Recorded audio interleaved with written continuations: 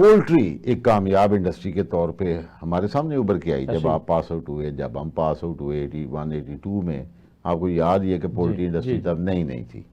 تو اب poultry industry کہاں پہ کھڑی ہے؟ نمبر 1. نمبر 2، اس کا جو فارمر ہے وہ سیٹسفائیڈ ہے؟ دیکھیں، جب ہم لائف سٹاک کی بات کرتے ہیں، لائف سٹاک اور پولٹری، بیسیکل تو پولٹری سارا سیگمنٹ لائف سٹاک کی پارٹ ہے. ایسے ہی ہے. اس میں ایکوا کلچر کر لیں، لائف سٹاک کر لیں، پیٹ کر لیں، ایکوائن کر لیں، سارا لائف سٹاک ہے. پولٹری کا اس لیے کہ پولٹری نے پاکستان میں جلدی ڈیولپ ہوئی، اور جب ہماری وہ دیسی مرغی تھی جو 60-70 انڈے دیتی تھی، اور ہمارا جو گوشت کے لیے ہمیں 6 مہینے ویٹ کرنا پڑتا تھا کہ مرغا جوان ہو اور اذان دے، پھر ہم اس کو حلال کریں، مہمان کوئی آئے تو پھر کھانے کو ملے. ٹھیک ہے. اس دور سے ہم اس میں آگے کہ اب ہمارے پاس وافر مقدار میں پولٹری موجود ہے. اچھا. اور یہ جینیٹک سلیکشن سے ہی پولٹری ڈیولپ ہوتی تھی تھوڑے ٹائم کے اندر. ٹھیک ہے. یہ 16-17 سال کا ٹائم لیتا ہے کہ جب آپ سلیکشن کرتے ہیں.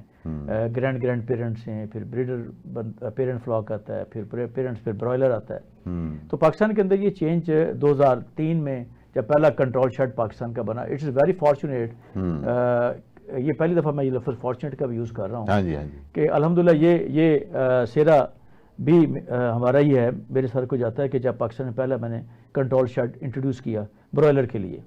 اور ڈاکٹر صاحب let me again ask you, یہ آپ نے بہت بڑی بات کر دی ہے. جی. یہ جلدی آن ایئر کی ہے میں نے آپ سے. میں وہی کہہ رہا ہوں کہ جو پہلا کنٹرول شیڈ 2003 میں، جی، تو you are the member for that کہ جس نے یہ انٹروڈیوس کیا پاکستان کے اندر برائلر. ماشاء اللہ ماشاء اللہ. اور ہمارے ایک دوست ہے جی، ان کا نام بھی ڈاکٹر سعید تھا، اللہ تعالیٰ انہیں غریق رحمت کرے. آمین. تو شریفہ پروٹین کے نام سے ہم نے پہلا شیڈ یہیں پہ رائبن کے ساتھ ان کا لگایا جی. اس کو دیکھنے کے لیے سارے بڑے پولٹری انڈسٹری کے لوگ آتے تھے کہ یہ کیا بن رہا ہے. اس وقت ایمارٹل جو کمپنی جو بعد میں K&N بنی، تو میں اس کا ٹیکنیکل ہیڈ پاکستان تھا اس کمپنی کا، ایمارٹل کا. تو میں نے وہ پہلے شیڈ بنائے، اس میں لگائے، اور پھر اس کو ترویج دی، یونیورسٹیوں کو پڑھایا، پروفیسر کو انوالو کیا، ان کو ٹریننگز دی، کیونکہ یہ نیا بالکل ایک نیا ہی چیز تھی کہ اس میں وینٹیلیشن کیسے کنٹرول ہونی ہے، فیڈنگ سسٹم کیسے ہوگا، اور جو اس کا واٹر سسٹم ہے جو کہ نپل سسٹم ہے وہ کیسے برڈ اس میں پانی لیتا ہے، اس کی ڈیزیز کنٹرول کیسے ہوگا، ٹھیک ہے، ہیمورٹی کیسے، یہ سارا ایک پوری ایک سائنس تھی. کیا بات ہے. میں نے پاکستان سے باہر اس سے پہلے اس پہ کام کیا تھا اس سیگمنٹ کے اندر پروڈکشن میں. تو میں نے سوچا کہ جب میں نے جو سیکھی اس کو پاکستان میں انڈلج کیا جائے اس سائنس کو. جی تو الحمدللہ وہ ایک ڈاکٹر صاحب آپ کو میں سلوٹ پیش کرتا ہوں کہ آپ ایک ایسی فارمنگ پاکستان میں لے کے آئے کہ جس نے ہمارے فارمر کو خوشحال کر دیا. الحمدللہ سر. اچھا، اب میں بات جو ہے نا بڑی اہم ہے پوچھنے والی. کبھی مرغی 600 کی لے کے آتا ہوں، کبھی 690 کی لے کے آتا ہوں، کبھی آج کل 450 کی ہوئی ہے.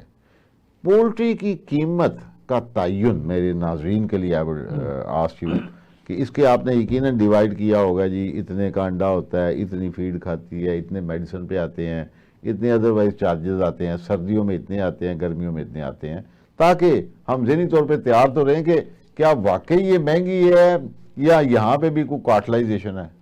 ایک تو آپ کا یہ کویشچن بہت ہی اہم ہے.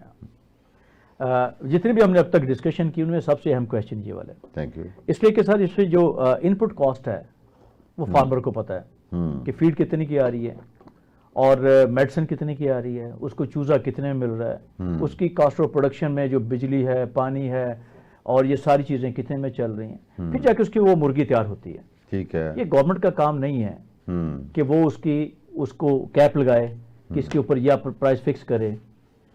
یہ مارکیٹ کا کام ہے. Let the market do his function. اس کا مطلب پرائز کنٹرول کمیٹیاں جو بنی ہوئی ہیں، مجسٹریٹ جو بنے ہوئے ہیں، چھاپے مار رہے ہیں، پھر یہ سارا جھوٹ ہی ہے. میں گورنمنٹ سے میں ریکویسٹ کر رہا ہوں کہ پلیز کیپ کو ختم کریں، وہ دودھ کے اوپر ہو یا مرغی کے اوپر ہو، کہ یہ کیپ گورنمنٹ کا کام بزنس کرنا نہیں ہے، ریگولیٹ کرنا ہے بزنس کرنے کو گورنمنٹ کا کام.